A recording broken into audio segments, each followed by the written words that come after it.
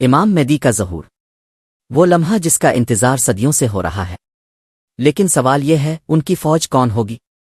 ان کے ساتھی کہاں سے آئیں گے؟ اور وہ فوج کیا کرے گی جو ظلم اور اندھیروں کے خلاف اٹھ کھڑی ہوگی؟ آج ہم بات کریں گے امام مہدی کی فوج اور ان کے وفادار ساتھیوں کے بارے میں، جو دنیا کے نظام کو بدل دیں گے۔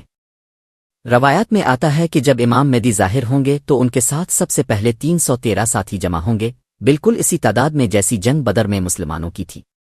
یہ لوگ دنیا کے مختلف حصوں سے آئیں گے، ہر ملک، ہر خاندان، ہر زبان سے لوگ، مگر ایک چیز سب میں مشترک ہوگی، وہ ہے ان کا ایمان۔ احادیث میں لکھا ہے کہ امام مہدی کے ساتھی صرف تلوار چلانے والے سپاہی نہیں ہوں گے، بلکہ وہ علماء، فقیہ اور ایسے لوگ ہوں گے جن کا ایمان پہاڑوں سے بھی مضبوط ہوگا۔ ان کے دلوں میں دنیا کا لالچ نہیں ہوگا، صرف اللہ کا خوف اور حق کا جذبہ ہوگا۔ یہ ساتھی وہ لوگ ہوں گے جو ظلم دیکھ کر خاموش نہیں رہتے، جو سچ کے لیے قربانی دیتے ہیں اور جن کی روح اللہ کی رضا کے لیے تڑپتی ہے۔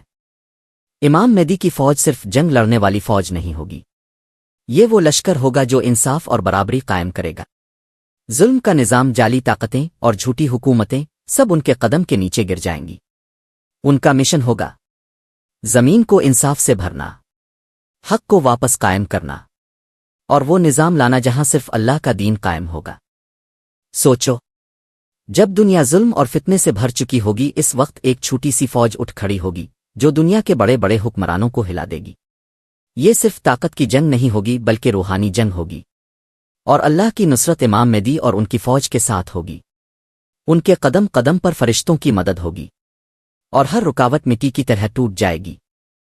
دوستو، امام مہدی کی فوج اور ساتھی کا ذکر صرف ایک کہانی نہیں بلکہ ایک اصل حقیقت ہے جو ایک دن ضرور سامنے آئے گی۔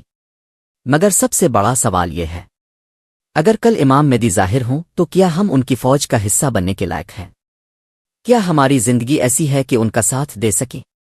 ہم دنیا کے لالچ میں اتنے پھنس گئے ہیں کہ حق کے لشکر میں کھڑے ہی نہ ہو سکیں۔